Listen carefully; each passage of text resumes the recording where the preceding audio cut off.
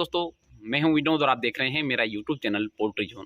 दोस्तों, बहुत सारे फार्मर भाइयों का मुझे कमेंट मिलता है कि किस प्रकार के जनरेटर का हम उपयोग करें। दोस्तों, जब भी अगर आप जनरेटर खरीद रहे हो, नया हो या फिर पुराना हो, किसी भी प्रकार का अगर आप जनरेटर खरीद रहे हो तो आपको जो है जनरेटर खरीदने में एक बात का विशेष ध्यान देना है कि जनरेटर में जो है कूलिंग का सिस्टम कैसा है।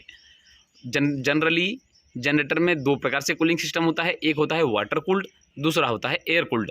तो दोस्तों, आपको दोनों के मैं वर्किंग प्रिंसिपल बता दूं। एयर कूल्ड जनरेटर जो है वहाँ पे यूज़ किया जाता है जहाँ पे शॉर्ट टर्म के लिए लोड की आवश्यकता होती है और उसके बाद में इंजन का कोई काम नहीं होता। तो दोस्तों, वहाँ पे जो है 1 से 2 घंटा जनरेटर चलता है और उसके बाद में जो है उस जनरेटर के इंजन को बंद कर दिया जाता है। वहाँ पे जो है उसका उपयोग नहीं किया जाता।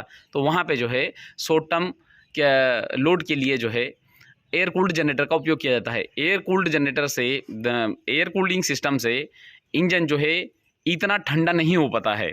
तो दोस्तों, उसके कारण जो है वो ज़्यादा गर्म हो जाएगा और अपने आप बंद हो जाएगा। उस कंडीशन में आप उस जनरेटर का कुछ नहीं कर पाएंगे, उस जनरेटर का कोई उपयोग हमारे फार्म में नहीं रहेगा। अब दोस्तों, इसलिए जो है आपको जब भी अगर जनरेटर आप खरीदने जा रहे हैं तो आपको जो है एयर कूल्ड जनरेटर आपको नहीं खरीदना है। इसका मेंटेनेंस कम होता है, किंतु एयर कूल्ड जनरेटर आपको जो है पोल्ट्री फार्मिंग के लिए, स्पेशली इसी पोल्ट्री फार्मिंग के लिए आपको नहीं खरीदना है। अब दूसरा होता है water cooled. Water cooled generator में इसकी खासियत ये है कि यह जो है लंबे समय तक जो है हमें सर्विस दे सकता है। यह 24 घंटे भी अगर हम इसको जो है इसका 60% लोड के ऊपर अगर हम इसको चलाएंगे तो यह जो जनरेटर जो है हमें सर्विस दे सकता है। तो जब भी आप जनरेटर खरीदने जाएँ, आपको विशेष ध्यान रखना है, जिस किसी भी दुकानदार या कंपनी से आप खरीद रहे हो तो उसको बोलें कि वाटर कूल्ड है या एयर कूल्ड है। अब दोस्तों, एक बात में इस बात के ऊपर भी हम ये कर लें कि ये तो सिंगल फेज़ और 3 फेज़ दोनों में अवेलेबल होते हैं। और अगर आप 3 फेज़ अगर जनरेटर खरीद रहे हैं तो 3 फेज़ में आपको जो है फेज़ बैलेंस करना जरूरी है। लोड अगर आप बैलेंस अगर नहीं करेंगे तो उसमें भी वाइंडिंग जल सकती है।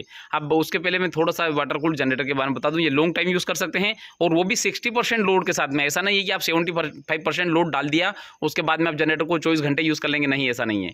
इसमें 60% लोड के साथ में, यह वास्तविकता मैं बता रहा हूँ, इसको आप 24 घंटे यूज़ कर सकते हैं। अगर आप इसको 75% अगर लोड डालेंगे तो ये 24 घंटे आप यूज़ नहीं कर पाएंगे। अब दोस्तों जनरेटर मुख्यतः 2 प्रकार के होते हैं, एक होता है सिंगल फेज, दूसरा होता है 3 फेज। सिंगल फेज जनरेटर में आपको जो है किसी भी प्रकार से लोड बैलेंस करने की ज़रूरत नहीं। बस हमें जो है मान लीजिए 10 किलोवाट का जनरेटर है तो आप उस पर 6 किलोवाट लोड डाल के उसको चला सकते हैं। अब उसमें सिंगल फेज़ में हमें कोई विशेष इसकी कोई कंडीशन नहीं है, किंतु 3 फेज़ में आपको जो है विशेष ध्यान देना होता है कि मान लीजिए 10 किलोवाट का जनरेटर है तो उस पर अगर हमने 6 किलोवाट का लोड अगर डाल दिया तो उसका जो है 10 से 15% जो है वेरिएशन चलेगा। अब वो ये वेरिएशन कैसे कि मान लीजिए अब 10% का 10 किलोवाट का 10% कितना हो गया, 1 किलोवाट। तो 1 किलोवाट के अगर कोई एक्स्ट्रा कोई मशीनरी है, अगर मोटर है, अगर कोई लोड है तो उसको आप जो है सिंगल फेज़ पे डाल के चला सकते हैं। किंतु मैं तो आपको ये नहीं कहूँगा कि आप जो है सिंगल फेज़ की किसी भी प्रकार की जो है मोटरें ये जो है आप 3 फेज़ के जनरेटर के ऊपर डालें। अगर आपको डालना ही है तो बैलेंस करके डालिए। अब वो कैसे, जैसे मान लीजिए ये आपको मैंने बता दिया कि सिंगल फेज़ में जो है 3 फेज़ में जो आपको लोड बैलेंस करना है 10 से 15% तक वेरिएशन चलता है। किंतु मैं आपको जो है सजेशन नहीं करूँगा। अब आपको लोड बैलेंस कैसे करना है ये भी मैं आपको बता दूँ। दोस्तों,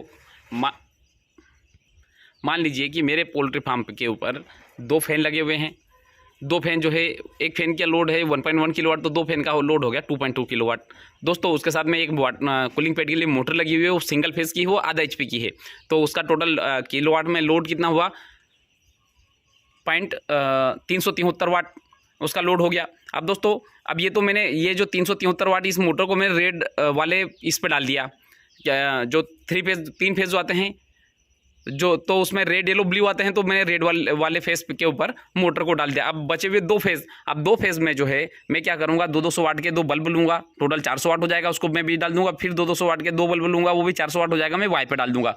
तो इस प्रकार से जो है आप अरेंजमेंट करके रखिए आपके पोल्ट्री फार्म के अंदर, आपके जनरेटर को कोई समस्या नहीं होगी। अगर आपने गलती से भी अगर मान लीजिए सिंगल फेज़ की मोटर को जनरेटर के ऊपर चला दिया तो एक वाइंडिंग में ज़्यादा लोड आएगा और उस वाइंडिंग में जो है वो वाइंडिंग जल सकती है। जैसे हमारी मोटर जो रहती है 3 फेज़ की मोटर, अगर मान लीजिए एक फेज़ अगर नहीं जाता है तो वह वाइंडिंग जो है गर्म होके और उसमें जो है वह है जो जल जाती है। तो वैसा इस डायनेमो भी सिस्टम है। डायनेमो जो है जनरेटर जो है मोटर का जस्ट अपोजिट रूप है। मोटर का काम है इलेक्ट्रिक एनर्जी को लेके काइनेटिक एनर्जी में चेंज करना, और जनरेटर का काम है काइनेटिक एनर्जी को लेके इलेक्ट्रिकल एनर्जी में चेंज करना। बाकी उन दोनों की वर्किंग प्रिंसिपल में थोड़ा सा डिफरेंस है, बाकी दोनों है चीज़ एक ही। तो इसलिए जब भी अगर आप 3 फेज का जनरेटर उपयोग कर रहे हैं तो इस प्रकार से जो है लोड बैलेंस आप अवश्य कर लें, तो उससे आपके जनरेटर में किसी प्रकार से समस्या नहीं होगी। अगर आप एक बार अगर हो गई तो डायनेमो बनवाना जनरेटर की आधी कीमत के बराबर ही होता है। तो दोस्तों आशा करता हूँ यह वीडियो आपको समझ में आएगा। इसी के साथ मैं वीडियो समाप्त करना चाहूँगा। धन्यवाद।